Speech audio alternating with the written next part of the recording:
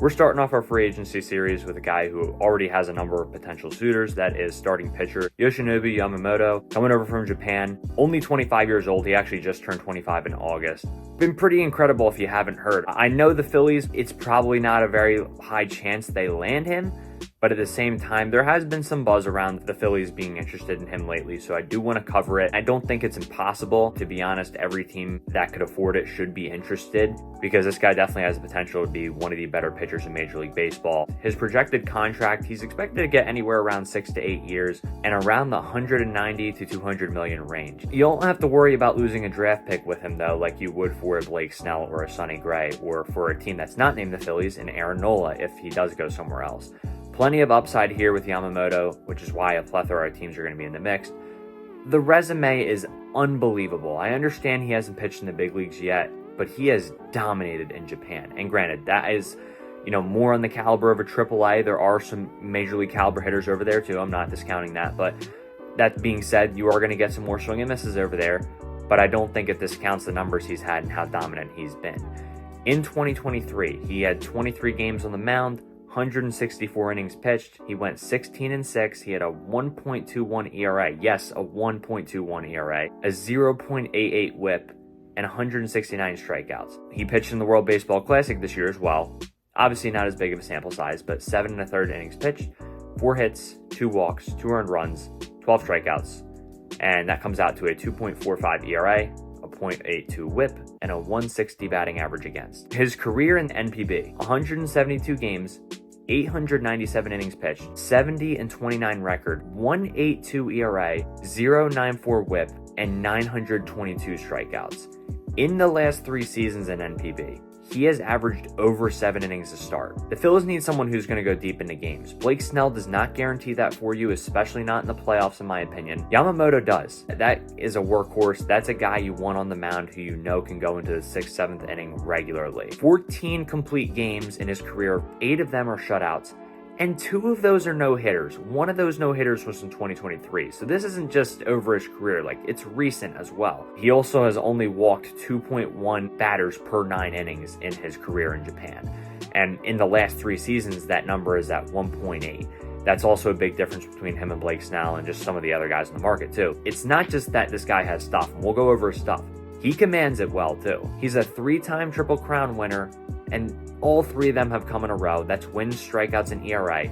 He's won the equivalent of the Cy Young in Japan 3 years in a row, a 5-time All-Star, and a 1-time Japan Series champion. Oh, and also speaking to his big game ability, what did he do in Game 6 of the Japan Series this year? 9 innings, gave up 9 hits, no walks, 1 earned run, and he threw 138 pitches. Per Sports Info Solutions, I'll link the article down below, his 133rd pitch was a 98-mile-an-hour fastball.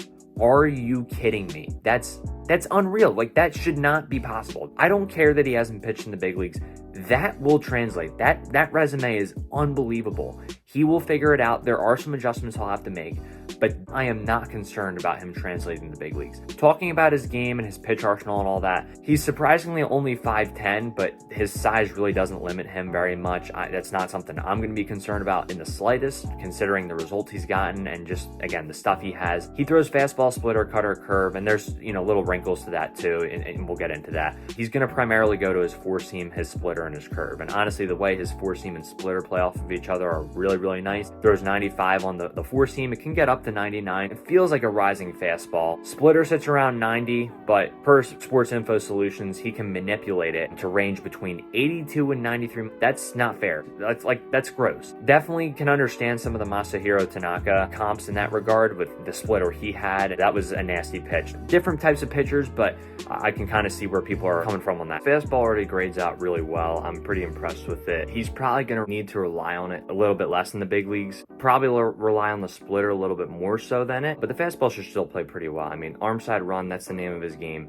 He's going to get it on both pitches. And again, like I said, it isn't just the stuff. It's the command he has on both those pitches. That's what makes it feel kind of impossible against him. And like I said, he can manipulate his pitches and manipulate speeds very, very well.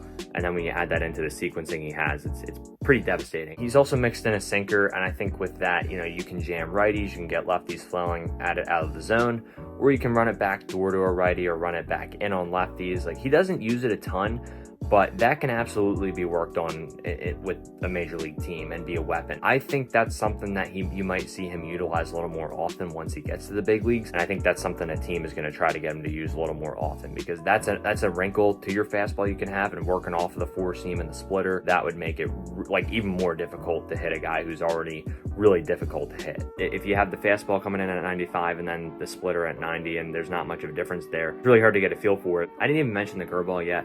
Sits around 77. That's also a great weapon for him. It's considered a plus pitch by many around the league already. Doesn't grade out as well as the fastball and the splitter, but it's still a very, very effective pitch. His cutter wasn't as great of a pitch as the other ones. It's just kind of something he mixes in right now. So we'll see if that's something a major league club can make adjustments to, whether that's the grip. I don't know what they're going to try to fix on that. I don't know if he necessarily needs that to be anything crazy. I do think that'll be adjusted, like I said, but I'm not super concerned about that. A couple of other things to mention. I'm not sure what his track record is with holding runners on. I know for that Sports Info Solutions article, he did eliminate the leg kick in his windups, making it more similar to the stretch. So I imagine that helps a decent bit.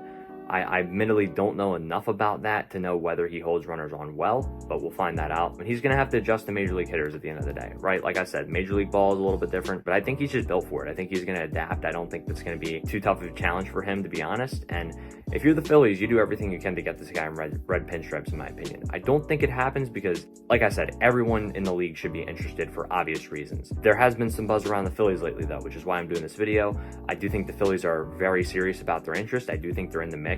This would reset your window too, with having him alongside Wheeler. You have your two aces for the short-term future, depending on how long you extend Wheeler for, and you have Yamamoto at 25 years old. He's going to be the guy for a long time, and he's only going to get better, in my opinion. I don't think that he's just going to come over here and whatever translates. No, I think there's going to be adjustments made. For those of you who are diehard Phillies fans and diehard baseball fans who have kept up with Yamamoto, I think I speak for all of us when I say this potential acquisition would be unbelievably electric. It would be unreal.